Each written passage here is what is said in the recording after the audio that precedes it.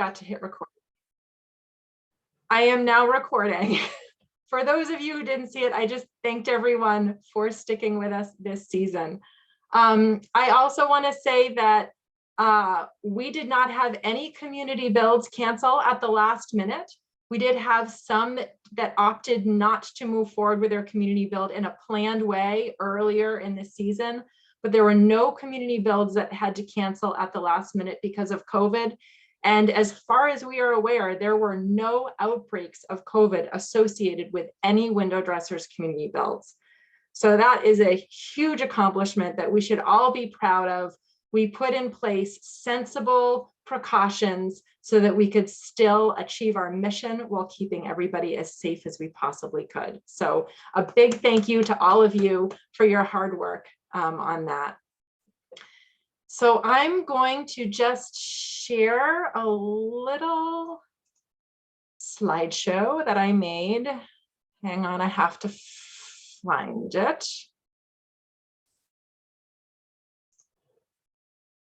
And share screen.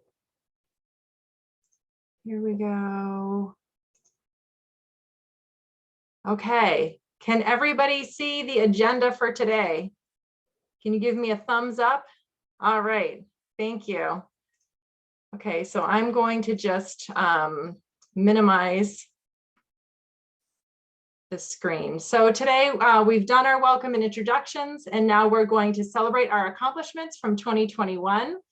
In about 15 minutes, we're going to move into some regional breakout sessions. The main topic of conversation will be the gear cascades. Then we'll report back from those breakout sessions. Then I'll do another short presentation about looking ahead into 2022. Then we'll have about 20 minutes for questions and answers, and then say goodbye at the end. So if you want to put questions in the chat while I'm going through the presentation, feel free to do that. Jessica is going to be monitoring the chat. She may respond directly if she has the answer. Otherwise, we'll just be collecting those questions and addressing them at the end, but please feel free to ask them. Okay, so in 2021, we held 37 community builds, and 21 of those community builds were in Maine, 16 of those were in Vermont. Last year, we held 30 community builds in Maine and 5 to 8 community builds in Vermont, depending on how you count it. So we had huge growth in Vermont this year, and there was a lot of energy and excitement, and that was a lot of fun. In Maine, we lost a lot of our community builds. Some of them we had people that just reached a point where they had the health issues and they couldn't do it. It was unrelated to COVID. But we had about 6 or 8 community builds that decided that this wasn't a year that they felt comfortable moving forward. And we're looking forward to having those teams back in 2022. And so at those 37 community builds, we built 6,186 new inserts. Now, in a year with so much uncertainty, that is a huge accomplishment. 3,239 of those inserts were in Maine, and 2,947 of those inserts were in Vermont. Of those inserts, 2,077 were special rate for low-income households. That is overall 33.6% of our inserts went to low-income households at no cost to them. Maine had 1,216 of those inserts, which was a 37.5% special rate. And Vermont had 861, which is 29.2% special rate. So that is wonderful. That's a huge part of our mission at Window Dressers. From the inserts that were built just this year, we expect 64,953 gallons of heating fuel to be saved every year that this year's inserts are in place. That translates into about 1.4 million pounds of CO2 if all of the heating fuel was fuel oil, We know it's not, but I don't have a breakdown of what all the different types of fuel people use are. So that's the number I used for a rough calculation. And that's pounds of CO2 saved every year that those inserts are in use. So we decided to do a little leaderboard to show folks where sort of who were the community builds that built the most inserts. In the #1 spot this year was the Thetford Stratford community build. They built 310 inserts at their community build, plus another 138 inserts over the summer for their elementary school in Thetford. The Montpelier team came in second at 262 inserts. Manchester, Vermont had 245 inserts. That 2 little stars next to Manchester, Vermont is to bring our attention to the fact that Manchester was a brand new team and a brand new community for window dressers. So they were able to get to 245 inserts their first time out of the gate, which is amazing. Dover Foxcroft did 234 inserts. Rockland, Maine did 230 inserts. Rockland has 1 star because Rockland is an established location for us. It's where we used to have our production facility. But our community build leader, our local coordinator there, was brand new. And he was able to get us to 230 inserts his first time working with us. Belfast, Maine had 224 inserts, and South Portland had 204. Now this year was a strange year, and we did make accommodation for everybody to have fewer inserts this year because that allows for more social distancing and just felt like it reduced the risks overall. So these lower numbers are exactly what we expected and totally fine. Now, some of these teams have been building inserts for a while, and I want to particularly call out Rockland and Belfast because they had a huge number of rewraps because they've been building inserts for so long that there's a lot of inserts out in the community, and those inserts get damaged and they wear out. We had Peaks Island did 81 rewraps this year, and unfortunately a lot of them did not place an order ahead of time, so they were surprise rewraps that showed up at their community build. Belfast did 72, Rockland did 37, Wells did 26, and Norway did 22. So some of these communities are really managing a lot of rewraps in addition to their new build inserts. So since window dressers started in 2010, we have built a total of 48,753 inserts. I want to put your work of this season in the perspective of the cumulative effort and the impact that we're having over the years.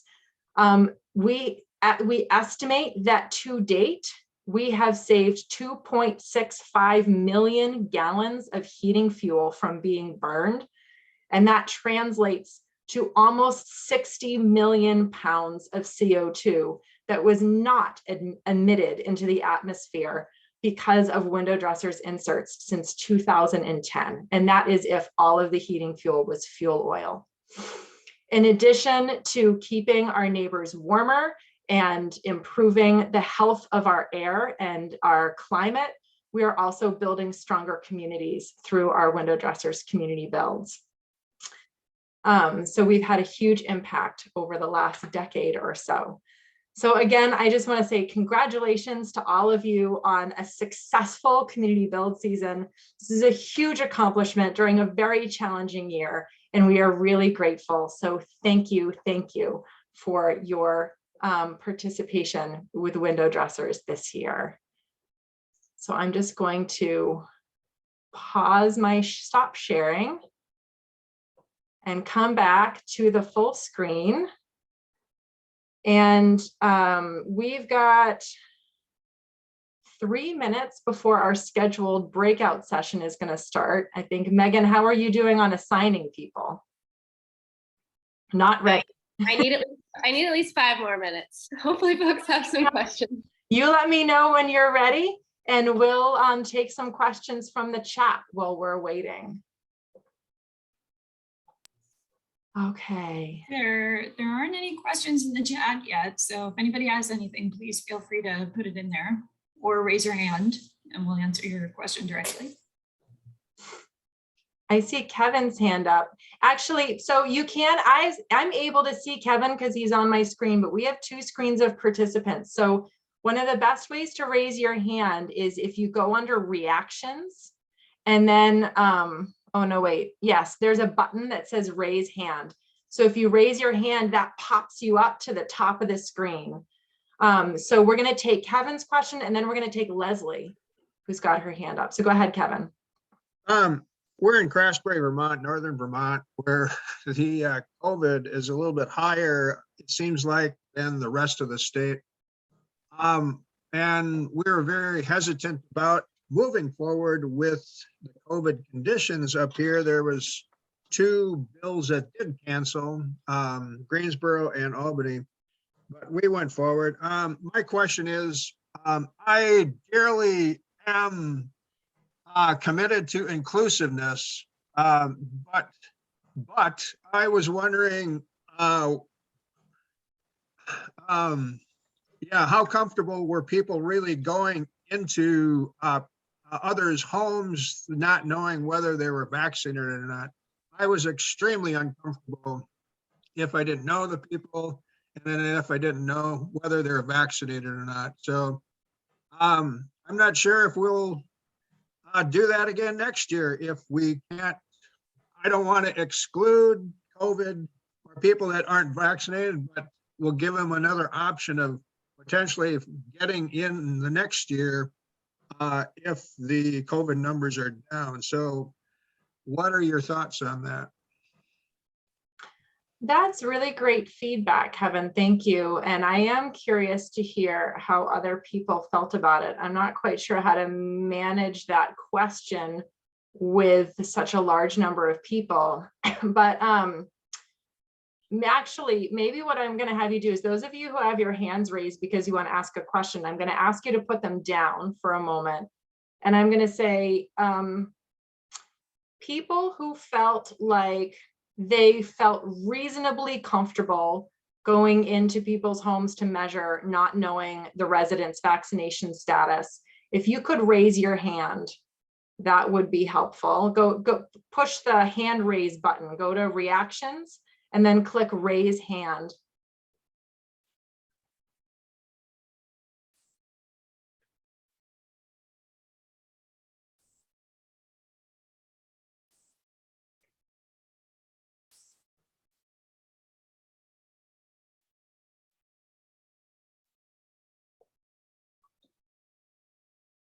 All right, so I think probably everybody's had a chance to do so. We've got maybe about 17, 18 people that raise their hands. So if everybody could put their hands down.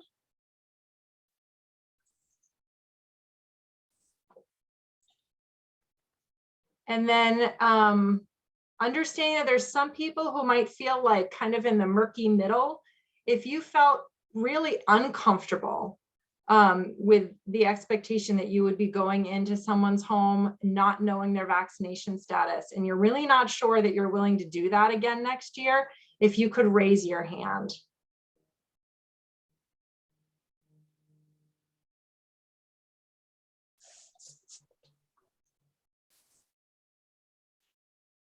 So I'm going to give people another minute to decide how they're feeling about it. Okay, so if everyone could put their hands down. So I saw about 2 hands of people who were really felt uncomfortable with it and that they don't feel like that's something they could do again, and about 17, 18 people that said that they felt reasonably comfortable with it, and then everybody else is somewhere in the murky middle. So I think there were 5. They don't all come to the top of the screen. Thank you, Sam. I think maybe if some people use other kinds of reactions, like a thumbs up or a clap or something, it might not come to the top of the screen. So I think this is an area where, you know, right now it's December and we really don't know what things are going to look like come April or May. let alone next September and October. So again, we're going to be making decisions as the situation evolves. But I think based on that feedback in the short term, my first reaction is that there's enough people who feel reasonably comfortable with this that I'm not expecting to make dramatic changes unless conditions change to the expectations around measuring, but that we can easily accommodate people's individual risk tolerance. And so if someone isn't feeling comfortable with going in to measure in people's homes, then that person should not be measuring people that they don't know their vaccination status. And so we think that there's a way to work with people's sense of individual risk tolerance without making any significant changes to the policy. Does that answer the question that you had, Kevin? Yeah, okay, thank you. So I think we had Leslie was waiting to ask a question.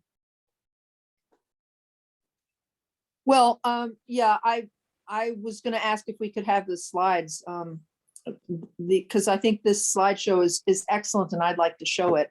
But the other comment, since I have been recognized here, is that I think that the measuring in people's homes can be done safely, even when people are unvaccinated, if we mask and they mask, and if the doors or windows are open. So the time of year when you measure might make a difference. So there were a couple of clients who I chose to measure in the summer, specifically to put off their measuring until the weather was warm enough that I could make sure that the windows and doors were open. I didn't do that with everybody, but I did it with people who were unvaccinated. So thank you. just a thought. Leslie, would you mind sharing your professional background? I'm a physician, and I've done house calls most of the last part of my career. I did house calls, so I'm kind of used to going into people's homes. And I was not at all reluctant to ask people their vaccination status. I know some people say, "Oh, that's a no-no." I think we deserve to know if we're going into their homes, especially if we're building free inserts for them, which for most of my clients it was. So I wholeheartedly agree. Okay, thank you. We are going to talk about a little later when we get into plans for 2022, some strategies that we're looking at for doing exactly what Leslie mentioned, which is trying to measure as much as possible during the warmer months when the windows and doors can be open for ventilation. So we'll circle back to that. Megan, how are we doing with the breakout rooms? Where's Megan? We are ready.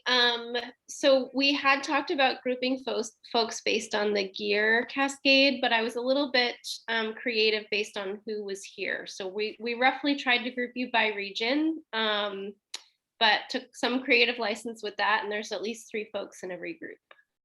Okay, great, thank you. Kit and Maggie, I do see your hands, and we'll circle back to your questions when we come back to another Q&A thing, but I'd like to do the breakout sessions first. So the idea with these breakout sessions is you're going to be grouped with people from your region. The suggested topic of conversation is, how did the gear cascade go? The flow of the gear from one build to another, where you have one build who's packing it up and then delivering it directly to the next build. What was good about that? In previous years, before we started the gear cascade, every team had to bring their gear back to Rockland, to our production facility in Rockland, Maine. And then it was, checked out by the staff before it was sent out to the next group. So there was a layer of checks and balances there, but it was a pretty big time commitment to have to drive the gear back to our production facility. So what was positive about the gear cascade? What was challenging about the gear cascade? How could we improve that system for next year? If yours went absolutely smoothly and you have nothing to say about that, then just talk within your group about other things that went well and were challenging this year, and things that you'd like to say, and sort of share regional tips and information with each other. I'm going to ask you to choose one person in your group to be the recorder, and have that person just jot down like 2 or 3 high-level bullet points, takeaways from your group conversation. And then when we come back into the large group, I'm going to ask the recorder from each group to share those bullet points with everybody else. Okay, any questions about the process? No. Okay, Megan, why don't you go ahead and open up the breakout rooms. We were going to start at 9:20. It's 9:28. So let's plan to come back at 9:45. All right, here we go.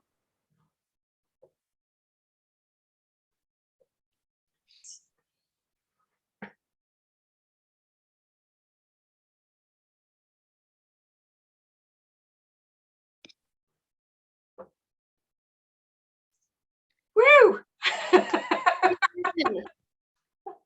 We have the power to broadcast messages to folks. Do we want to put in writing the instructions?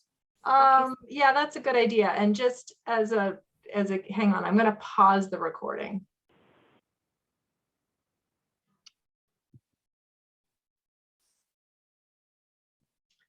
Okay, Hello? back. Yeah, sorry. We're Can back. you hear me or not? Diane. All right, I'm going to mute Diane. We would love to have the recorders now. If you could share sort of those high-level bullet points about the takeaways from your group conversations. Megan, I think what would be most useful is if you could read off the groups one at a time. Yep, so we had the Down East group with Jackman, Deer Isle, Ellsworth, Dover, Foxcroft, and Bar Harbor. Roughly down east, very Roughly down east. Hi. very roughly. Yeah, we had Dover, Ellsworth, Deer Isle, Bar Harbor, and Jackman. And in our group, a couple of people, one actually had canceled their build, so didn't participate in the cascade. Ellsworth didn't participate in the cascade. Basically, we talked about some of the difficulties. The cascade apparently for the people who did use it worked well. And it seemed easy and pretty seamless in terms of transferring the gear from place to place. And there was adequate replacement supply for supplies, that it may be even excessive replacement for supplies. I wasn't quite sure, but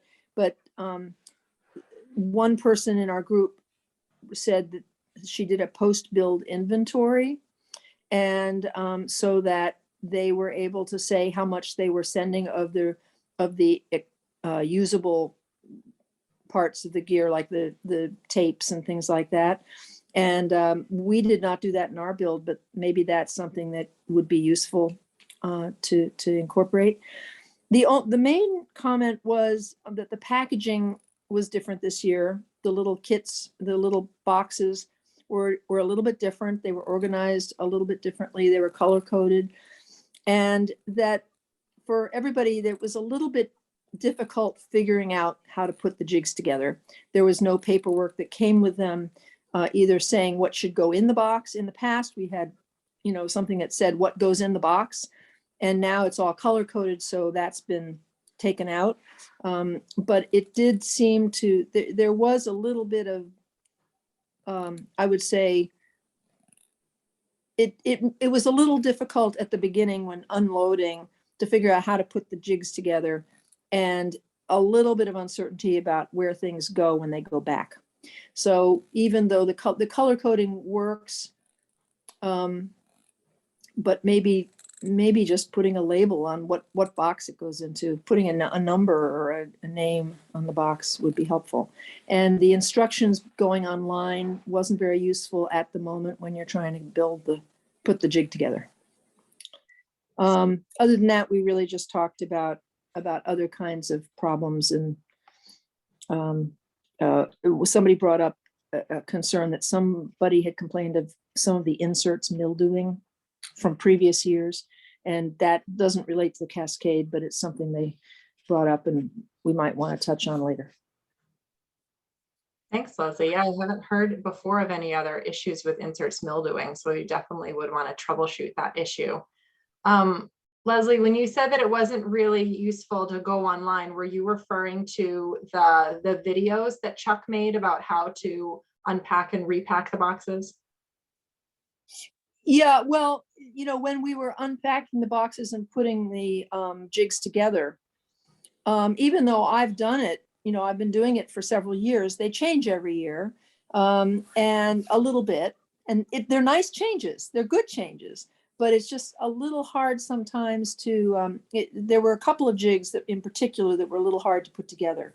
Of course, the foaming jig is quite complicated, has lots of extensions, and the jig, the heat shrinking bridge, is wonderful when it gets all put together. It's actually miraculous that all fits in that little box. It's pretty amazing.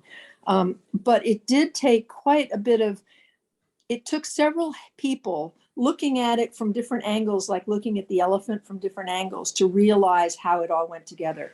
And it would have been easier if we had just had an instruction sheet.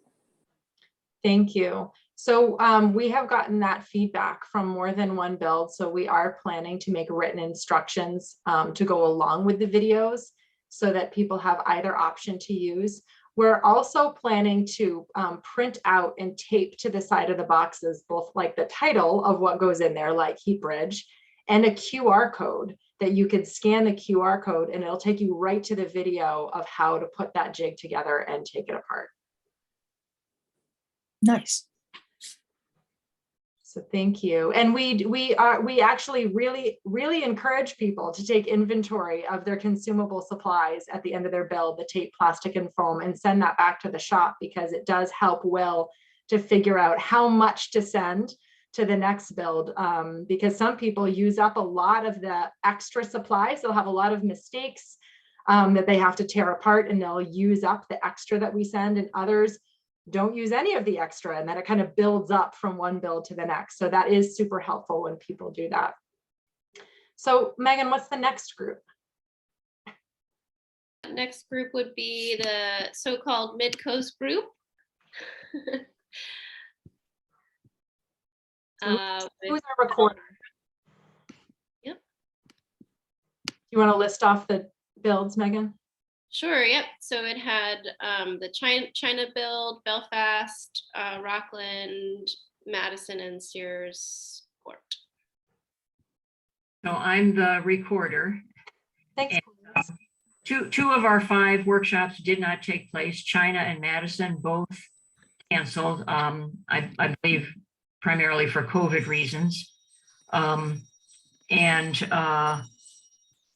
The only gear cascade participation was Searsport. They were supposed to deliver to Wells, but since it was so far away, Diane said they ended up just bringing their leftover gear to Searsmont, and Wells picked it up directly there. So we didn't have much in the way of comment about the gear cascade. We talked generally about, one person said he felt strongly that more training was needed for new local coordinators.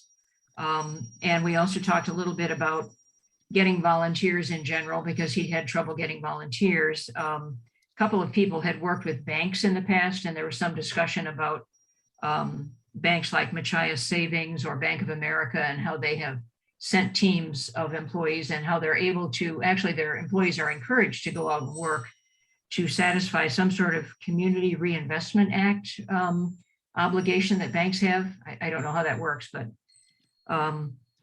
that was pretty much it, I think. We talked a little bit about special rate customers and the need to do special public relations to reach out to them. I know I said that our percentage was much higher in 2019 in Belfast, because we worked really hard because of our grant to get out into the more rural reaches of Waldo County, and that was quite successful. And we didn't do that this year because of COVID, and it really reduced our number of special rate customers. I think that's about it. That's great. Thank you, Corliss. Thank you to the Okay. group. Megan, who's next? Next up, we have the so-called West Main, but Nora was Honora and the Conway build was with Chuck and Zip. Okay. Yeah, so I'm reporting out, but as we were the only one, I was the only one who was on an actual build, and this was our first year as a build and my first year as a local coordinator, and we started the gear cascade. We were not particularly helpful, in terms of how the gear cascade went. You would have to ask Norway what things looked like when they showed back up. I think because we were on the sort of the front end of the builds, a lot of the videos that have been discussed were not available. What was available was Cliff. I highly recommend that everyone just has Cliff at their build because he was able to tell us where everything went. And for us, that was invaluable. Our build was, I would say it was a success for our first time, and we're enthusiastic about next year. But had we not had Cliff there to help us put things together and let us know what we were actually missing, I think that it would have been a lot trickier. But it was great to have that mentor support. And in terms of videos, I would just say one of the things, because it sounds like the QR codes and the lists and all of that is really helpful. One of the things that some of our volunteers asked for was, in the off season, if videos are being created, not just how to set things up, but, and maybe these already exist and we just didn't find them, just short videos of what each step in the process is that we can make available to our volunteers ahead of time, just so that they have a little bit more, more knowledge of what their task is that they're signing up for. And I would also say that if folks have had a hard time finding volunteers, we had a real estate agent as one of our core group of volunteers, and she reached out to the local board of real estate agents, and they similarly have a big push to be involved in the community. And I think because they're dealing with homes, they are, doubly invested. And so I would say a solid quarter of our volunteers for our build came from our regional real estate board. Wow, that's a great tip, Nora. Thank you. I didn't realize that the realtors also have a big push to reinvest in their communities. And we found the realtors to be great referral partners too. So once they know about window dressers and they've experienced the build, they're likely going to send people to you, because when they have someone who's looking to buy a home, but maybe the windows aren't so great, they can easily be like, well, there's this great program called window dressers. You don't have to replace all the windows. You can just get these inserts at low cost. And sometimes that can make the difference for them of the sale going through or not. So we found realtors to be very enthusiastic referral partners for window dressers. It's great to get them involved. Thank you. Megan, who's next? Southern Maine, so Wells, Peaks, Brunswick, and Sopo. And I'm the lucky note taker. So overall, it seems like things went pretty well. Wells had some problems, partly because their cut was split. And so they ran short of screws, and PV spindle or two was missing, and clear tape. Let's see. I have a note here that I started taking notes late, but I have a note here that Conway had a whole empty box. I'm not sure what was in the box, but it sounds like something was missing. Yeah, it was actually a missing clear tape box. The entire box was missing. Okay. Peaks had a heat gun failure. They managed to scramble out and get a replacement for that.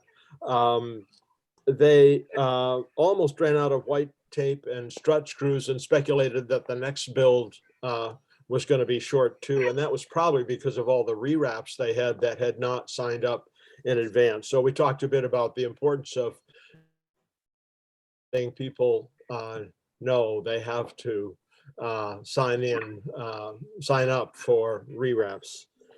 A heat gun broke in Biddeford.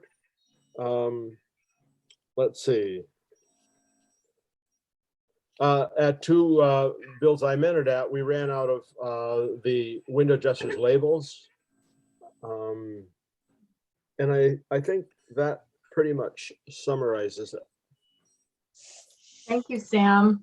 It's interesting because it sounds like there is quite a bit of insufficient consumable supplies in the southern Maine builds, and up and down east, they were saying we had way too much consumable supplies. So I'm sure you all can imagine the challenge for Will of trying to figure out just the right amount of gear to send. It's not necessarily exactly what you need to build the inserts, because of course some people have mistakes and they have to they need extra materials for that. And we do sometimes have people complain about, especially if you're at the end of the season and the end of the gear cascade, you're getting everybody's leftover supplies. It can be quite a lot of extra stuff. So we're going to continue to work toward improving that. We generally rather send too much than too little. So please be patient if you get a lot of extra supplies.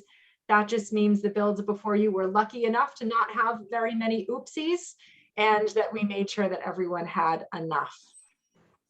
Thank you. Who's next, Megan? Next up, we are switching over to Vermont, and we have Damon, Jen, Maggie, and Susanna. Hi, this is Maggie. We did the Bristol, New Haven, and Lincoln build. And we did start off talking about the cascade. There were 3 of us on our comment section. 2 of us actually did have problems with the cascade because we received just a jumble of equipment and supplies. They weren't collected into the jig boxes. Kind of everything was helter-skelter, so it was kind of a jigsaw. We all had to sit down and re-watch the videos and match the colors with the jigs. So that actually took quite a bit of time. And I attribute our problem anyway to the fact that the previous build were frantically trying to get things done at the end, and people were coming and going, so they weren't able, the information wasn't passed on so that they could pack the gear correctly. But we spent most of our time talking about COVID because of the situation in Vermont. Just prior to the builds, after the point at which we couldn't back out, the numbers in Vermont started escalating quite dramatically. And we were all talking about the precautions we were taking. I also have a healthcare background, and so made sure that we were taking extra precautions, like having a COVID acknowledgement of the fact that every volunteer did not have a specified list of symptoms, hadn't been exposed to COVID in the last 2 weeks. Everybody had to gel when they came in, and I gave everybody an N95 mask and said, we all have to wear these.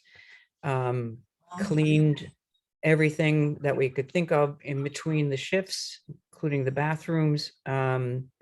We didn't eat together. We thought that was too risky without masks. So we gave people vouchers for the local restaurants so they could have lunch there. About asking people if they were vaccinated, I'm like the physician in the group. I have no problem, and as a matter of fact, I think it's quite responsible that we do ask people that we come in contact with, are you vaccinated? But I knew that Window Dressers was reluctant to adopt that policy. So what I did was, when we scheduled the measuring appointments, I alerted them about the situation with respect to COVID, the assurance that we were all going to be masked, that we were all fully vaccinated, and we hope you are too. And then when we went to the house, if we hadn't received a response about the vaccination status, I would repeat the fact that, hello, we're going to keep our mask on and we're all fully vaccinated, and then invited them to tell us, and everybody did. And there was one woman who actually wrote back before the measuring that she was not vaccinated. So we made allowances for that. That we would have a brief introduction to which windows she wanted measuring, and that she had the choice to could you stay in the kitchen while we do this, or go out for coffee, something like that. So with those precautions, we felt fairly comfortable measuring the windows. Have to make the dough yet. Yeah, and I would encourage window dressers, not to discourage people from asking about vaccination. There are so many places now where you can't even get in the door without showing your picture ID and your vaccination card, and they have to match. And finally, the political situation in all of our states is different. Our governor in Vermont was very, very cautious last spring when COVID was spiking, and now the COVID numbers in Vermont are at least twice as high as they were last spring, and the governor's making it all voluntary, what people do. So two of us, I think, agreed that if, given the numbers in Vermont now, if they were like that before we committed to the build, we wouldn't have gone forward. Yeah, There's just thank you. not enough protection here anymore, I don't think, because there's no mandate. The numbers in Vermont have changed a lot over the last month. Dramatically so, yeah. So Yeah. I think we were lucky that we ended when we did. Yeah, thank you so much. And I hear that feedback, and I've heard at least one other person say it, and I think more than that, that people would feel more comfortable if they can ask about vaccination status, because then they can adjust their protocol based on the response. And, we did continue to reassess our protocols throughout the season, but I do think that the sort of the public feeling around the social appropriateness about asking about people's vaccination status before letting them in a restaurant or a store or a business or something like that has shifted quite a lot over the last couple months. And so that's something that we can revisit before next season, and from a policy perspective. And I appreciate that feedback. Thank you. Yep, thank you. Thank you. Megan, who do we have next? Next up is the folks named Sutton Gear. So Montpelier, Sutton, Glover, and Craftsbury. Okay, I'm recording. None of our towns had problem with the gear cascade. It worked well for these towns. And what we did talk about, there was a feeling that more color coding would be helpful, just as other people have mentioned, that it was easy to get the bigger stuff into the right box, but the small stuff, which tub, which bin did you put that in? So a little more color coding might help. And then, and this was also mentioned before, that it would be helpful to have in the manual that moved along with the gear. The manual did show, had good information about how to actually use the jigs, but it would be helpful if there was a picture in there as well of just the jig as set up before it gets used. That would be very helpful to have that photo of the white tape jig clamped to the edge of the table and gray tape jig, completely assembled without work in progress. And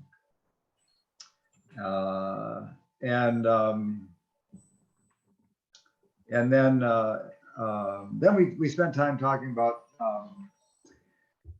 how to work with outlying towns. If you get a lot of requests from outlying towns who aren't involved yet, we talked some about that challenge of if you can get other measuring teams, at least, even if it's all going to be one build, at least to have some outlying measuring teams and the challenge of, you know, finding other people to be local coordinators in you know, in additional builds, people who have the time and the inclination to Great, thank you, Jack. be I think involved at that level. Yeah. that issue of for rural builds is really tricky. Of you can have sometimes really long distances to drive to measure, and finding additional measuring teams farther out is a huge help for that. Thank you. Megan, how many teams do we have left? We're running a bit over on this. 2. We have 2 teams left. Okay, who is next? The Bradford the folks named Bradford. So Thetford, Stratford, Hanover, We could Rockingham. just ask folks to be as concise as you can so that we can fit in the last 2 bits of this meeting. Thank you. Okay, I'm gonna report out what we wanted an extra heat gun. We had some problems with heat guns and we were able to get one from one of the volunteers, but that was a problem. The videos we used for packing up were very helpful. We were lucky we didn't have to use videos to set up because our mentors helped us. And frankly, I don't know how Rockingham did the setup of the second phase of tasks, but it all worked out.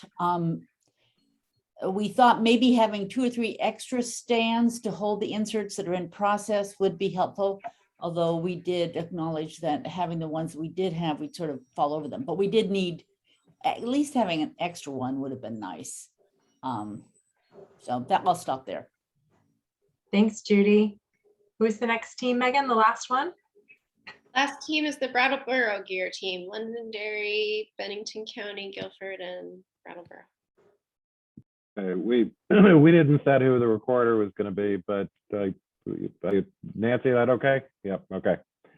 We're all brand new teams, new local coordinators, new community builds. So we may have a little different perspective. And we did focus on the gear cascade. We went from Brattleboro to Bennington to Wynn, and then they passed. The gear cascades generally worked well, but there are a couple issues. One, as newcomers, we ended up using uncovered pickup trucks to move because the tabletops at 4x8, they wouldn't fit into other vehicles, and we got lucky with weather. If we had been unlucky with weather, I think we weren't well enough prepared in realizing that we really needed covered vehicles to move those. So that's one thing, making sure people understand what kind of vehicles they need to move the gear. Another thing on the gear cascade, we found all as new teams. We kind of, Jessica was pushing us to do mentoring, and we did end up doing a good job of mentoring from one group to the other. If we hadn't, it probably would have been extremely ugly because, it was just even setting up in the first place without mentors when you have people who are new to this is really difficult, and, figuring out the unpacking, packing, stuff like that. But we also helped at each other's builds, and that was useful in getting people more familiar with things.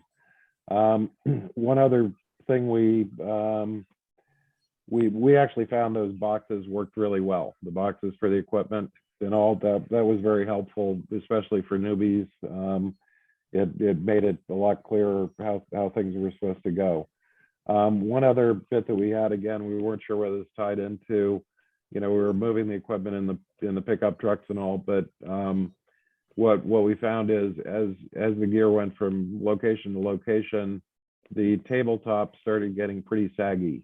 And probably some of that we found out later could have been if we'd used a couple of tables under certain tabletops instead of just one table under the tabletop, it might have worked better. But when you're trying to put together the frames and the top's pretty saggy, that became sort of a complication, but we all got through it well.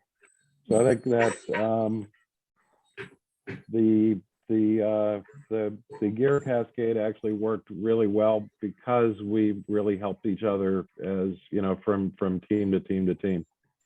That's great. Thank you so much, Jim. that mentorship from one team to another is such a huge part of window dressers and really important because it's a lot to convey in print, and to have someone who's there right by your side helping you do makes a huge difference. I saw a lot of love for Cliff in the chat of people who had Cliff mentor them. He's really phenomenal. So thank you, Cliff, for all of your mentorship this year. And thank you to everyone else who mentored another community build team this year. So I just want to take a moment to acknowledge that we are quite a bit over time. From my perspective, I am happy to stay as late as 11 o'clock to answer questions. We were worried about making this meeting too long because I know that being on Zoom meetings for a long time can be really tiring for people, but we're going to do our best to, I'm going to zip through this last bit of presentation for me, and then we'll move on to questions and answers, and people can stay for as long as they want for Q&A.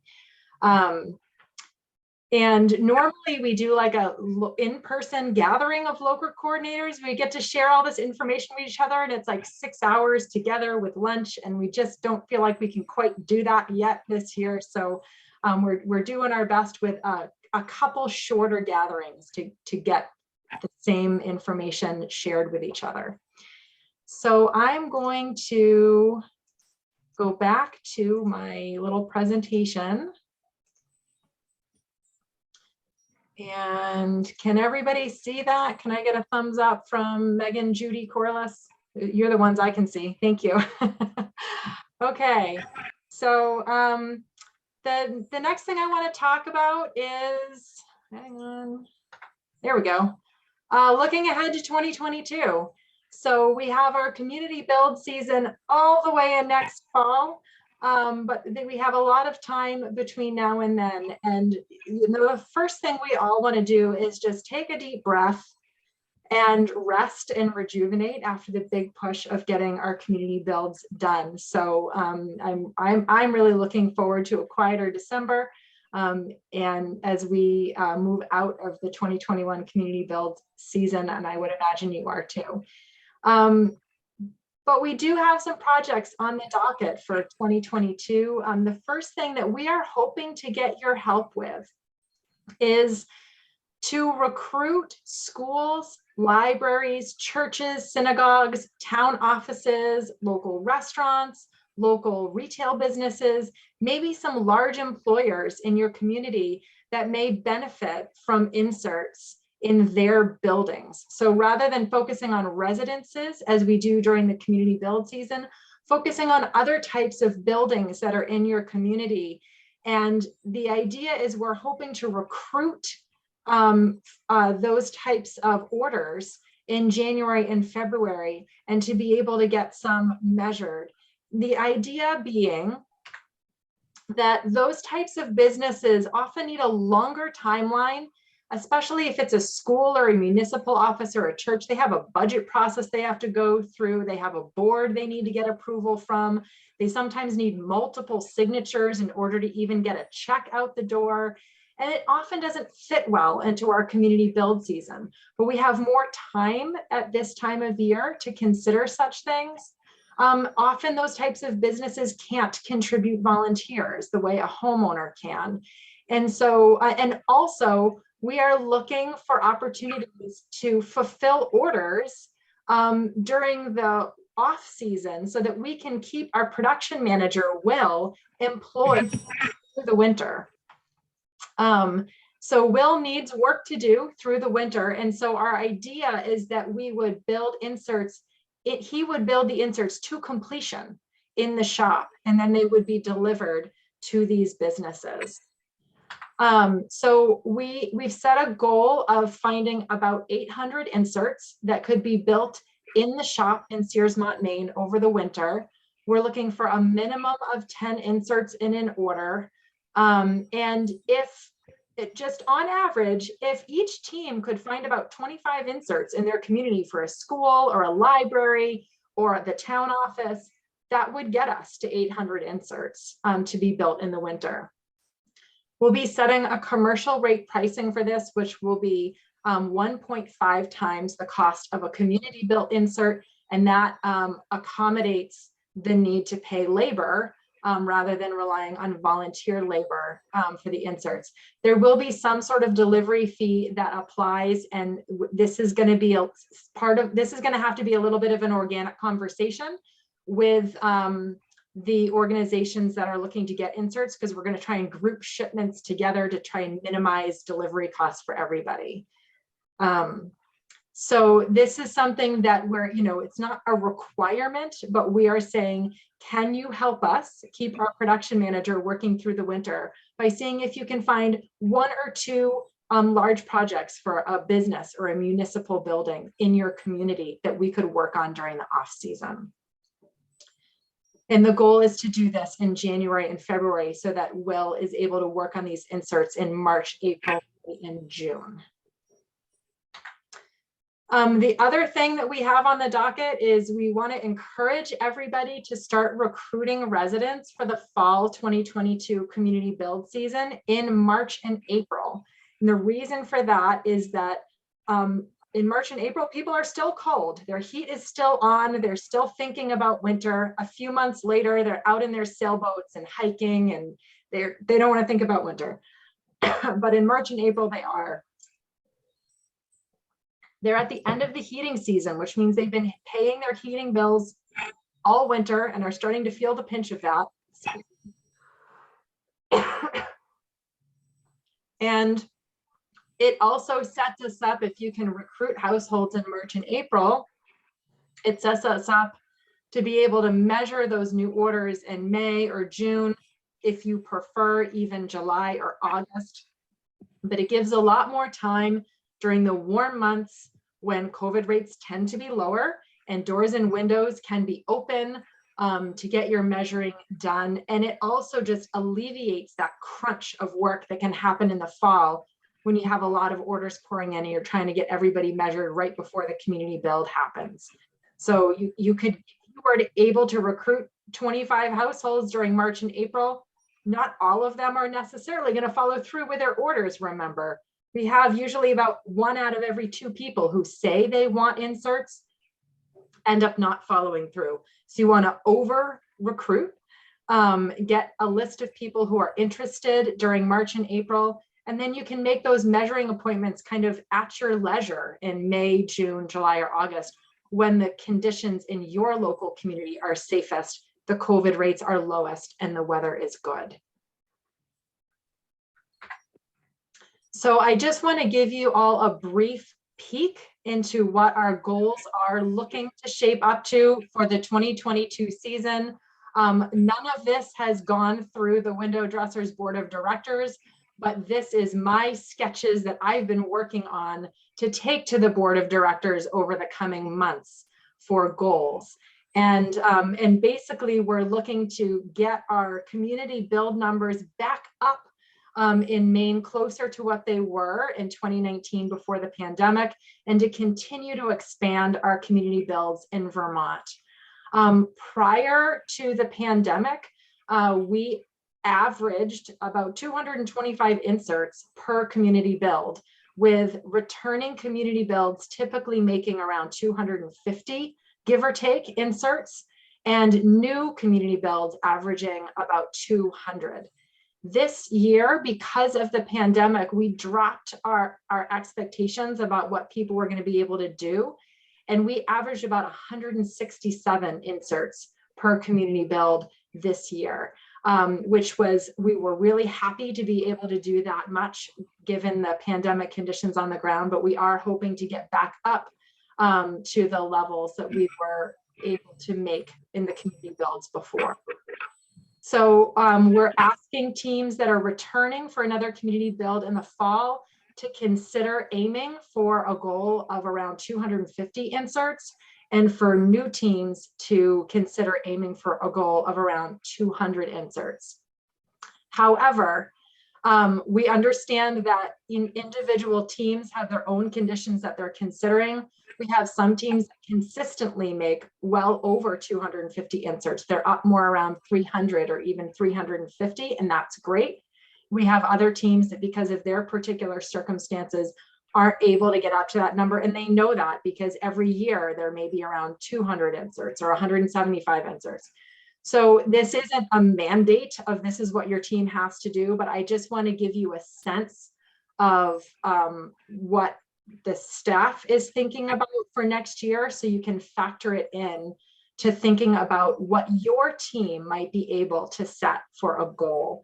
And so what we'd like to do is we're going to be setting up a meeting again toward mid to late January. I think actually we schedule it for January 20th, and I'll give you the date and time when I'm done with this presentation, where we come back and we do an exercise that some of you may remember, I think from March of 2019, where we do a group goal setting exercise, and we're going to ask each community build to state what their goal is for insert building in the fall of 2022. And then we're going to add all of those up and see what that gets us to as an entire organization. And we're going to use that number in our budgeting process going forward in 2022, so that we know how much materials to buy, how much staff we're going to need to hire, how many marketing materials we need to purchase. So what we're really asking is for each team to consider what is reasonable for them to set as their own goal for their team. And then that will drive some decisions at window dressers about how we invest in the upcoming season. So lastly, I just want to thank you again for an amazing season in 2021. I was blown away by how everybody pulled together and made this work this year under very challenging circumstances. And we are all really looking forward to working with you again in 2022. So thank you all so much for listening. I just want to grab the date of that next meeting. We're going to send it out to you by email, but for those of you who like to plan in advance, we are planning for the next meeting of community build teams to be January 20th at 9 a.m. That's a Thursday. It will also be here on Zoom. If you don't have to write it down, we will send out an email about it. But if you want to jot that down, it's January 20th at 9 a.m. And it'll be until 10:30 or 11. I feel like we were a little crunched on this meeting. So, so I think at this point, we should turn over to questions. It is 10:27. So we are running over, but again, I'm happy to stay up until 11 o'clock to answer questions. So I'm going to open up the chat. I did read through the chat while you were all in your breakout rooms. So it was great to see your comments, and we'll work on answering some of those questions there as well. But I see Cliff's hand up. So let's start. One question I had for your 800 insert project, which is mostly commercial. Yes. Could we take any waitlisted people that are ready to go now and include them in that count? Yes, like residents. Right. Yeah, I have people that would have liked to have gone this winter, but there were no more bills left. Potentially. So, but they would have to pay a higher commercial rate to have their inserts built at the shop. Another thing that I didn't put in the presentation because it doesn't apply to everybody, and it's tentative, is the staff and I are talking about the possibility of holding a late season community build in the Portland area in January to sweep up those folks who missed their community build this year. It's similar to the Allagash community build that we've held in years past. But we were just starting to talk about planning on that possibility again when the Omicron variant came out, and we were like, let's just wait to decide on this to see how this plays out. So we're gonna come back and revisit that idea the first week of January and see if that's something that we might do. And if we don't do that, then it might be a good idea to include those folks in some shop built inserts. Okay, so we'll talk with you about that, Cliff, as we get to January. Thank you. Okay, Linda, I see your hand, and then Susanna, and then Kit. I want to follow up on Cliff's question about the commercial build. So we would recruit people and also we would measure. So we would submit the measurements the same way we've done. Okay. Yes. Yeah, but we don't have the computer software doesn't have the rate ready yet. So we're not asking anyone to run right out and measure right now. We're looking at this to happen in January, and that'll give us a little time to get the software ready. So we will let you know when the software is ready for measuring. Right now, we're just looking for you to start thinking about who could I possibly approach about this? What businesses or town offices might be interested? Thank you, Linda. Susanna. And then Kit, and then Maggie. Just a quick question. You said a minimum of 10 inserts per commercial customer. If we had like two businesses right next to each other and each wanted 5, could we pool them? Yeah, I think we could probably do that. Yeah. Oh, I also want to mention that we do have a limited quantity of white wood left over from previous years. So if you have folks that really wanted white inserts that were not able to get them because we weren't doing white at the community builds this year, we can accommodate a limited number of white orders during this winter timeframe that we're building. Okay, Kit, you're up next, and then Maggie.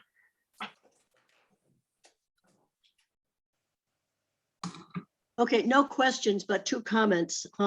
We did have one problem with wrapping tables. One of the wrapping tables had a screw tip that came through to the non-jig side. And we didn't recognize that until about halfway through the first shift. So a lot of the inserts had little tiny dog-ear tears over the frame at the edge of the insert, usually the corner. So we had to inspect those very carefully. We had to patch them with clear tape because by the time we realized it, a lot of them had been wrapped on both sides and finished, and it would have been totally unworkable to go back and rewrap them. So that was awkward. Once we saw the little sharp edge, we backed the screw out, and then everything was fine. Another comment happened, Kit. Another comment was we have a promising prospect related to Jack's comments about new builds and stuff. Several customers on the Scudic Peninsula, Gouldsboro, Winter Harbor, down east, have been coordinating, and they're starting a community project. They're partnering with a local high school shop teacher, and the students there have community service requirements, and they're trying to get a build for that local area through the high school. And it would involve the students in supervised measuring details, actually conducting the build, but also involving some students in maybe marketing, advertising type things, administrative aspects of coordinating the build. And that can also help satisfy the service requirements that high school has for their students each year. That sounds like a fantastic opportunity. Thanks for making us aware of that, Kit. Megan, did you jot that down? I've sent some information to you already, and I'll send the latest email that the lady who's spearheading this sent out. Perfect. Thank you, Kit. As soon as we get through the holidays, we're going to turn our attention to starting to clarify who's going to be working with us in 2022 and starting those conversations with potential new builds. Thanks, Kit. Maggie, and then Jim, and then Corliss. I've always been interested in quantifying the impact of the window inserts. And you mentioned the amount of fuel oil that was saved by installing the inserts. I'd like to know how you figured that out. And I've always been interested in trying to convince people that this matters for lots of reasons, but what hits home for a lot of people is the money that they're going to save. And I know that you used to have a contact with the University of Maine assistant professor who was working on those metrics. And I'm wondering how, first of all, how you calculated the fuel oil saved and the CO2 prevented, and then how you can calculate cost saving from that. So when I'm calculating the gallons of fuel saved, I'm using an average of 10.5 gallons of heating fuel saved per insert per year. That's based on an average sized insert, and it's based on sort of the average between whether it's a single paned or a double paned window. And so it doesn't really give us meaningful information about what any individual homeowner will save, because that will depend on their particular windows, the type of windows, the quality of the installation, and all of that. But it is useful for giving us a general sense of the estimated savings over the whole organization. So how did you arrive at that 10.5 gallon figure? That figure was originally arrived at before I was even hired at Window Dressers 5 years ago. I'm not 100% sure about where it came from, but Sharon Klein, who's the professor at UMO that you mentioned, went back, did an extensive recalculation and found that it still applied. It does vary a lot depending on the quality of the windows, but that as an average, it was still a good rough calculation as an average. So I think if you're really interested in getting into the numbers, Maggie, I'm happy to put you in touch with Sharon. She's got all sorts of extensive detailed reports that she'd be more than happy to share with you. Okay, actually, I did try to contact her, but I haven't heard back. So I'll reach out to her again. Thanks. Her again, yeah, she's, it sometimes depends on how busy she is with her workflow. And I think during COVID, she's also a mom trying to cope with kids in schools and COVID at the same time that she's doing her job. So I would try again now that things have settled a little. Okay, thank you. Thank you. Okay, next is Jim. So I too wanted to follow up on that, because if you're talking about, say, schools and stuff, I think that's a really key number. I sort of remember from her research, it was something like pretty close to a 3/4 to a gallon per square foot. But if you could pass on that or follow up on that and get it out to us, if we approach a school who's always budget minded, we can have some sort of number that we can then compare to the current fuel price. I think it would be very easy, quite honestly, to make the sale, so to speak.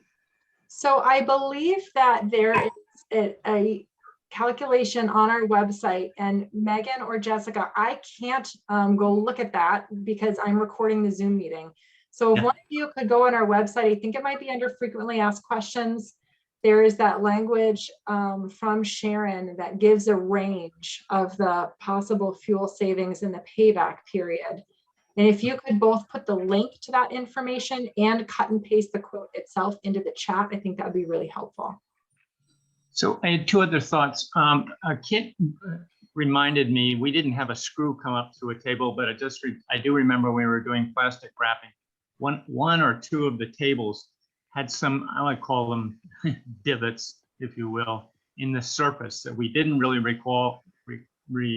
see until we started working towards the middle of the table. So if the tables could be looked over for that outward surface, I would appreciate that.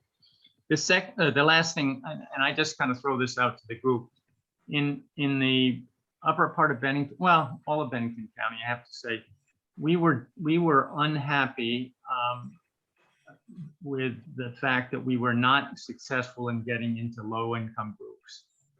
It might be because we're new and just didn't really hit all the right advertising venues, but anybody who has any suggestions as to what was successful in their areas, I do want to tell people that if your first reaction is that Manchester's a well-heeled area, which is sort of everybody always throws that out, the facts that the local elementary school will belie that quite quickly based on school breakfast and lunch programs.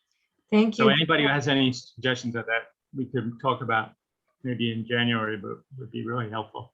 We had plenty of money, unfortunately, that we had raised to use, and we only used probably 1/5 of it. It was really disappointing in that regard. I think one of the things that is so surprising to first-time teams is how difficult it is to recruit those low-income households. I think you go into it thinking, oh my goodness, we're offering free inserts. They're going to save them money and make them warmer. People are going to be beating down our door for these. And they don't. And it can be really challenging. And some of it's just about building trust in the community over time. But I also think I see Leslie and Kit both have their hands up, and they are two teams that are really successful in recruiting a lot of low-income households. So Leslie, why don't you speak first about this? Hi, yeah, I wanted to say, I think the way to do it is, I think trust is really important. And one of the ways that I found most successful was to actually go in person to the food cupboards. Now, it's different this year because with COVID, they've been doing these boxes outdoors that they put in people's trunks, and they're not going into a facility.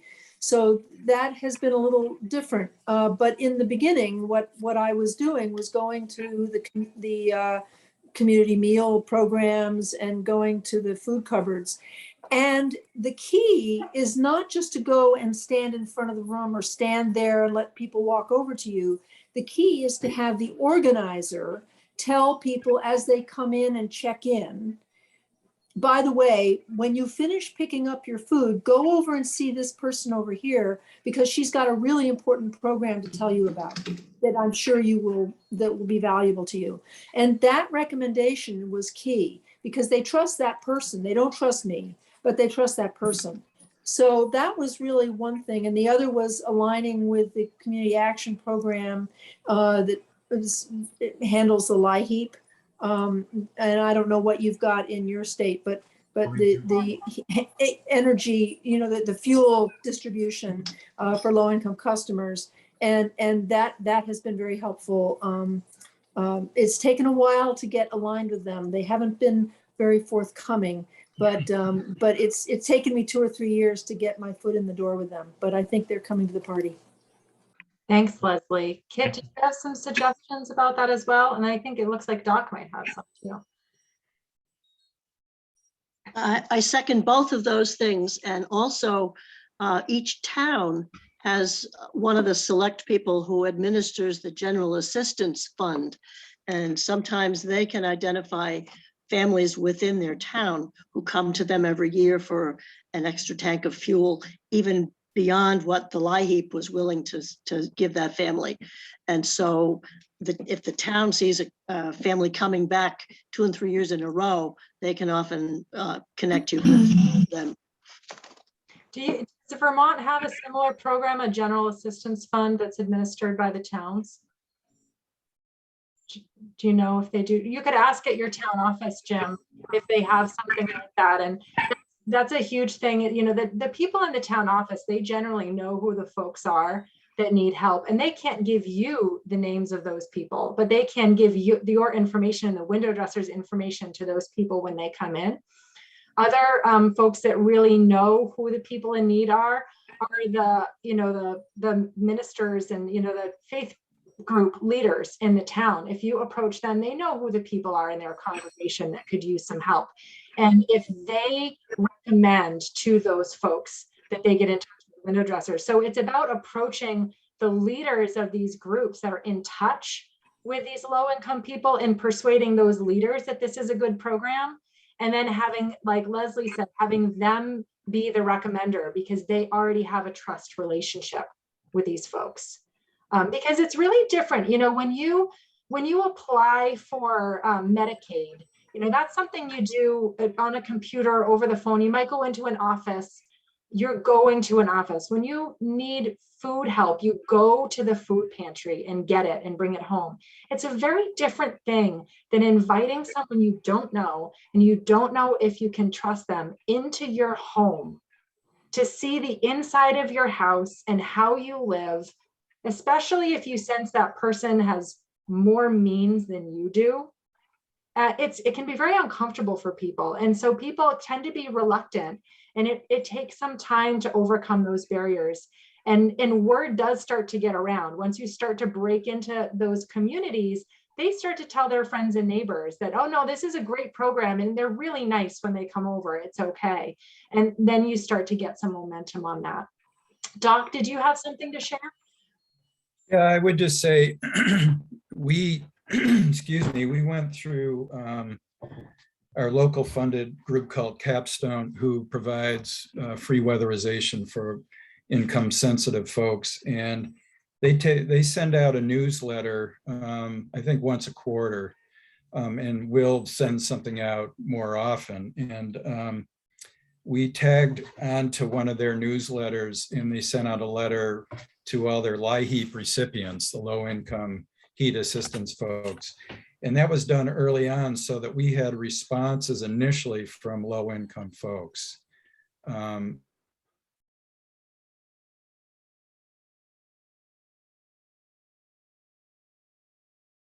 Us, and if they had the LIHEAP letter, we knew they qualified. So we also went to senior lunches and did a little presentation. We did Neighbors Helping Neighbors. We talked to those folks because they're in touch with them directly.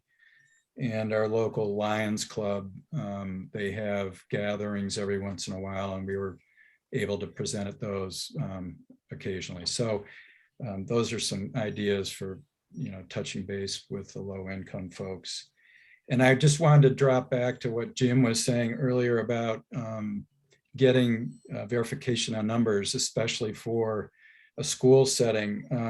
The Thetford Elementary School did their build this year, 138 windows, and I believe the school is teaming up with Efficiency Vermont to do a before and after effect study. So there should be some information available through that at some point. So if I hear anything, I'll let you know, Laura. Thanks, Doc. We're looking forward to hearing about that. Just as a sidebar, we actually had started this whole program in partnership with Sharon Klein at UMaine and with some local energy auditors to do before and after blower door tests with before the inserts were installed, and then with the other energy efficiency improvements and inserts. And we were kicking off this program in February of 2020. And we got about 10 houses done out of a planned, I think we were planning on like 50 or 60. And then we just had to shut the whole program down because of COVID. So I expect we'll go back to these things once we get through this pandemic, but the pandemic has really put a damper on these kinds of assessments that we had been working toward getting more data on. I would just add, you might consider partnering also with visiting nurses or home health nurses, because they are trusted in the household. And when they're going in to change dressings or look in on people, they also are very aware of what the living situation is and may be able to be someone who could recommend the window dressers for people. They're trusted individuals. That is a great idea, Darlene, and not one that we have on our list of suggestions. So thank you. Let's make sure we add that to our list. I've jotted it down. So Jim, did that answer your question? Yeah, no, that was pretty good. That savings number, though, I think is really critical of, even if we can be somewhat conservative. I mean, fuel oil now is, as you all well know, is over $3 a gallon on when you don't do a pre-buy. So it's critical. Yes. Did that get into the chat, Megan or Jessica? Yes, it is in the chat, Jim. Okay. If you scroll back to 1039. All righty. Thank you. Bruce, did you have a question? And yeah, then after Bruce, I'm going to take some of the questions that are printed in the chat. Okay. All the stuff about low income and everything is really helpful. I was working with a local social agency group, and I was expecting to get a fair number of referrals from them. We didn't get any, but now with some experience under my belt, maybe we can go back and also do realtors and more in-person visits, like community lunches when there are such things. But my question is more detailed, and going back to actually during the build, I noticed we had different colored tapes, and we used somebody came up with the idea, and I don't know if it was from window dressers or just somebody within our group, of when the windows all kind of look the same after they've been wrapped. We color coded each one depending on what stage it was, and that really helped a lot. So it'd get like green after it was wrapped, and then it'd go to heat shrink, and it'd get maybe purple, and then it'd get heat shrunk, and then wide the clear tape, and then it'd be blue, and then it'd be ready for, after that it'd be a different color, and it'd be ready for foam. How did you mark them, Bruce? With like a little colored sticker that you Just a little, yeah, just maybe an inch or two of colored tape. We got like 3 or 4 different colored tapes, and I'm not sure why they were there, but they were there. And they didn't pull off they were kind of like low sticky, so they didn't pull off any of the wrapping, but it was really helpful. Oh, that's a great tip. Those tapes were actually there to identify which inserts were going to which Vermont build. For those of you in Maine who don't know, we would ship out 4 or 5 community builds worth of inserts in one truck to a central meeting point in Vermont. And then the Vermont teams would come and meet there, and we distribute their piles of kits to each of them. So that's what that color-coded tape was for. Oh, yeah, that was really helpful. Thank you, Bruce. Sure. So I just want to run through some of the questions in the chat. Linda from Norwich asked, how many misfitted inserts were there and how many do we usually have? I don't have a final count on this year yet, but I can say it was quite low. We didn't have any major mismeasuring events, which is usually what drives the redos on the inserts. The worst is when the mode on the laser gets changed, so it is measuring from the top of the laser instead of measuring from the bottom of the laser. We have occasionally had like 30 or 40 inserts that had to be rebuilt when that happened. So we didn't have that problem this year, yay. And I would say we just had a handful of inserts. I'd say maybe like a couple at each community build. So it was nice and low this year. But I don't have a final count on that yet, because a lot of folks are still calling their customers to check in and see how their inserts fit. So we don't know yet. Cliff asked how many builds had AmeriCorps members participate this year. For those of you in Vermont who may not know, we have an AmeriCorps program in Maine through a university consortium, and some of their AmeriCorps members help out here. And I think I would say 6 probably, Megan, wouldn't you, that they either led or had strong participation in. Yeah. Just scrolling through, there's a lot of great comments, but I want to find the questions. There was a question about whether Window Dressers plans to offer white inserts next year, next season. We haven't made a decision on that yet. I'm leaning toward no, but we really haven't talked about it as a staff or the board yet. So we'll have to look at that.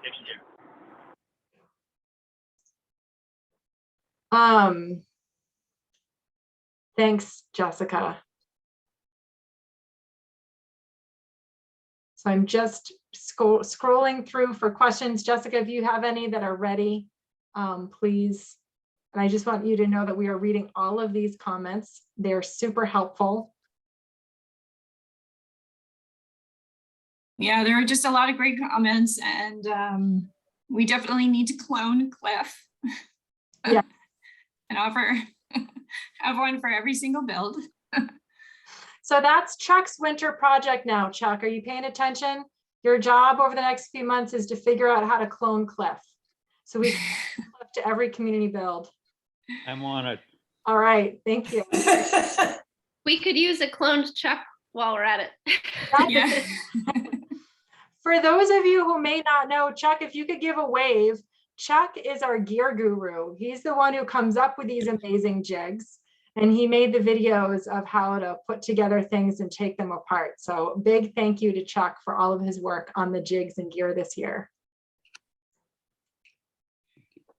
Zip asked about a list of professions which have a form of community service work requirement, and there have been some responses in the chat. So maybe we can compile those and send them out to everybody.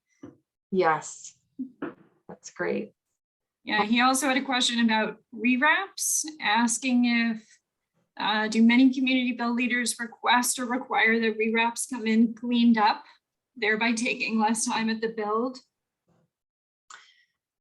Yeah, we encourage that. Those of you who handle a lot of rewraps, you want to give like a thumbs up or a thumbs down about whether you ask people, please strip off the old tape, plastic, and foam before you bring it in. Yep, we see a few saying yes, they do. Yeah, we ask, but it might not come in that way, or cleaned up means something different to every person. So there might be some standards that we want to put around that. Darlene from Sutton, I'm not sure if Darlene's still here. Yes, you are. Darlene asked if we're still thinking about a production facility in Vermont. I think we've postponed that for a while at this time, Darlene. What we found is that with our new production process, our facility in Maine can produce a lot more inserts than what we're putting through it right now. And between the equipment that we use and the staff, there's a lot of costs that go into the production facility. So for now, we're going to stick with just the main production facility. All right. I just know you had been thinking about it at one point, so. Yes, yeah, we were. So in our old production facility, things were pretty slow and laborious in order to get the inserts out the door. And in our new facility, in our new line, we are like just light years more efficient than we had been in the past. So we can get a lot more done in the same space now. Good. Judy asked, we didn't use those window dresser stickers. What were we supposed to do with them? So we need to improve our training to make sure you all know what to do with the window dressers branding labels. These are just a sticker that you put on next to one of the labels that tells you what insert it is. And it's just so that people know that this is a window dresser's insert. Because what we found is that someone would buy a house that had window dressers inserts, but they'd have no idea where they came from. So if they needed repair, they wouldn't know where to get them repaired, or they'd want to tell their friends, oh, we've got these great inserts, you should try them. But they had no idea where they came from.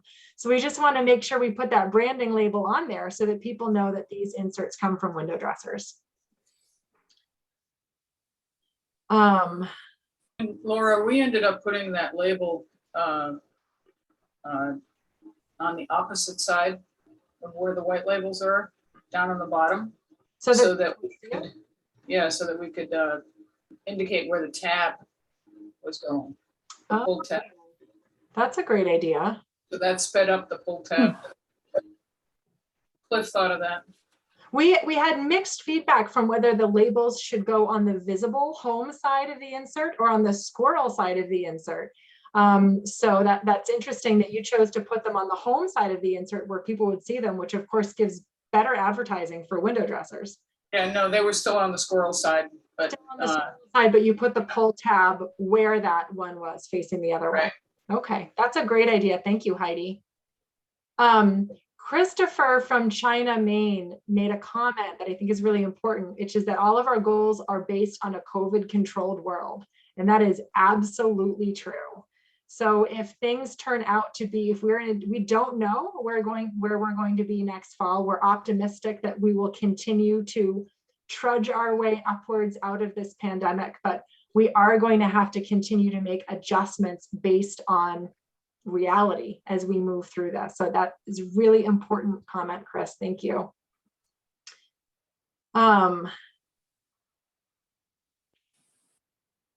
So Maggie in Bristol mentioned it seems like window dressers will reach a saturation point in some small towns. So wonder if you plan for that and don't have excessive expectations for these towns. So Maggie, you would be surprised.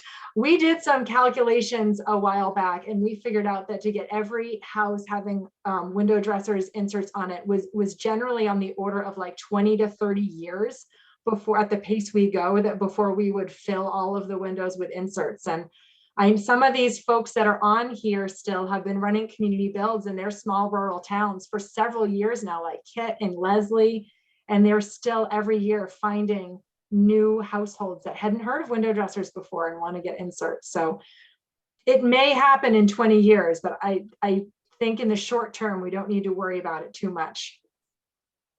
What we actually find is that once you get in and you have a build for a year or two, the word starts to spread in the community and you get more people interested. Corliss asked when we want the estimate of inserts to be made in 2022. So at that meeting on January 20th, we want to come back together and have everybody share their team's goal for 2022. And then we're going to add them all up and see where we land as an organization. Susanna's got a great technique for taking white tape off of frames, and Heidi asked if she could share it with Jessica or Megan so that they can distribute it to the rest of us.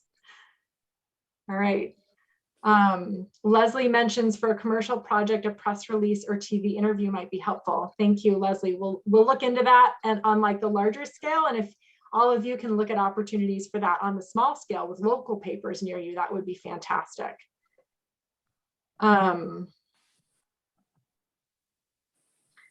Nick mentioned that Evergreen Home Performance plugged window dressers on Maine Calling. Maine Calling is a Maine public radio program here in Maine. Those energy auditors are also great referral partners for window dressers.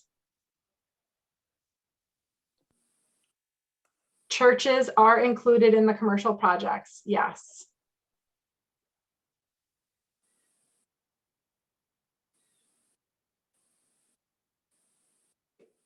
Corliss asked, would a nonprofit like a historical society be tax exempt in this new push for January, February customers? Yes, anyone that's a 501c3 would be tax exempt. They'd still be paying the higher commercial rate because we're building the inserts for them in the shop and there's no participation expectation with it, but they would be tax exempt. Amy mentioned, in Montpelier mentioned that they sent a letter through their Community Action Council to all of the fuel assistance customers. Now, one thing that we discovered, and I know I worked with Kit a lot on this the first year that Kit was working with us as a local coordinator, that we found is that, LIHEAP can't give us the names of their customers. That would be a violation of their privacy. But we can provide them with a letter. And I think, Kit, you even provided stamped envelopes with the letter folded up inside, right? And then all they had to do was print out the labels of their LIHEAP recipients, put them on and send them out. And they were willing to do that because that preserved the privacy of their LIHEAP recipients. And the letter said, if you, explain the program and then said, if you would like to get inserts, contact Kit Lane from Ellsworth and she will, get you plugged in. So that way they were opting in to the contact with window dressers. So for those of you who are considering low income outreach, that's a great way to do it. Okay, I'm getting toward the end of the comments, I think. Cliff mentioned that he sends out a flyer in every meal pack for the Meals on Wheels program. That's a great idea.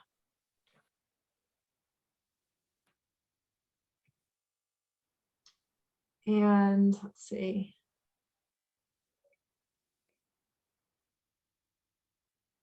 Randy on Peaks mentioned that many of the folks in need are tenants and that we need to convince the landlords. And that's absolutely true. One of the great things about window dressers is one of the few things that a renter can do to improve the warmth and comfort of their home and potentially their heating bills. Sometimes landlords need to be convinced and sometimes renters just go ahead and get them. And it depends on the situation. In general, we ask that if the renter pays their own heat, then and they're low income, then they're eligible for the free inserts. If the landlord pays the heat, it's the landlord who will save money from having the insert. So we try to get the landlord to pay. However, if you have a situation where you have a renter who their landlord pays their heat and they keep it unreasonably cold and it's cold in their home, we can make an exception to that for them to get inserts at no cost, because we really want to keep people warm, and that's not something that's within their control. But we do try at least to get the landlord to pay for the inserts. Oftentimes it's a partnership where the landlord might pay for the inserts and the tenant provides the volunteer time at the community build. So they each have skin in the game in terms of getting these inserts. Cliff, did you have a question? Hey, Newly. One other option there is to have them split the cost. Thank Because the landlord gets to keep them when the renters leave. So Right. maybe a 50-50 works. Yep, thank you. So for the commercial build project, Leslie asks, would apartment complexes such as senior housing qualify? Yes, absolutely. Yep. Amy mentions front porch forum as another outreach method. They got several low-income households. That's a uniquely Vermont phenomenon, that front porch forum, which is so great. They've actually approached me about paid advertising for next year. And I was sort of a little conflicted about whether window dressers should invest in paid advertising, or if you all are you able to put in, Amy, are you able to put in announcements for free, or do you have to pay for it? Yes, you put them in for free. I can't hear me. Yeah, we can put anything we want on Front Porch Forum. Okay. So I'm curious, from the Vermonters in the group, is it worth window dressers purchasing ad space on Front Porch Forum, or do you think you all are going to put enough notices on Front Porch Forum for your local community builds that it wouldn't be a good use of window dressers funds to do that? We put stuff on Front Porch Forum all the time. Okay. I would suggest I don't think. I would suggest not buying ad space, because then we might end up with a lot of people who want them in places where we don't have builds. Yeah, that's a good point. Yeah. So we've had that happen in Maine when we've gotten great TV spots in Bangor, and then like we only serve certain communities near Bangor, and then we get all these people who wanted inserts and we had no way to build them for them. Yeah. I wouldn't spend the money on it. You would not? No, because we put stuff in all the time in our own individual Front Porch Forum, in our community groupings. Right. And so if we put it on in our group, we're only going to get towns that are people who are in either our town or 2 or 3 neighboring towns. That's great. Thanks, Darlene. So Nick and Wells mentioned that they did a before and after blower door test at the Wells Reserve Visitor Center, where they've installed window dressers inserts, and they found a 9% decrease in air leakage from having inserts installed. Some of you may have seen on our website too, we have like 2 thermometers next to each other. One is next to a window without an insert and one next to a window with an insert. Those pictures were also taken at the Wells Reserve in Maine. Nick took those pictures as a comparison of what their heating situation looks like with and without the inserts. So Darlene's asking for some information on savings for double pane windows in particular, because people said they didn't need them because they have good windows. And it's hard to still convince them that it would help. I hear that. I can see if I can break out some of that information from Sharon's data. But I would also say that with double pane windows, the benefits can be more pronounced in terms of comfort than maybe dramatic fuel savings. Like I have really good quality double pane Anderson windows, and my house is about 10 years old. So these are good, new, recent windows. And I had the same thought at first, but I've got an insert in my window in my office, and I put my hand on that insert and it is the same temperature as the rest of the room. And when that insert isn't in, I just feel that cold radiating off the glass. So I might maybe emphasize more the comfort improvements for folks that have double pane windows, but I will see if I can break out some of that data for you as well. And that was Darlene that was asking for that.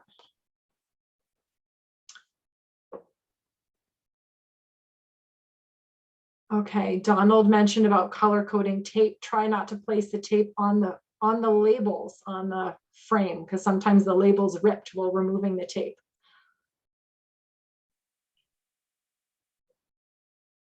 Let's see. Request to save the chat. I think the chat automatically saves, I'm pretty sure. So I will send out both the chat and the video recording and the PowerPoint presentation following up this meeting. A couple people asking if the window dressers branding labels could be put on at the shop rather than at the community builds. I will talk to Will about that.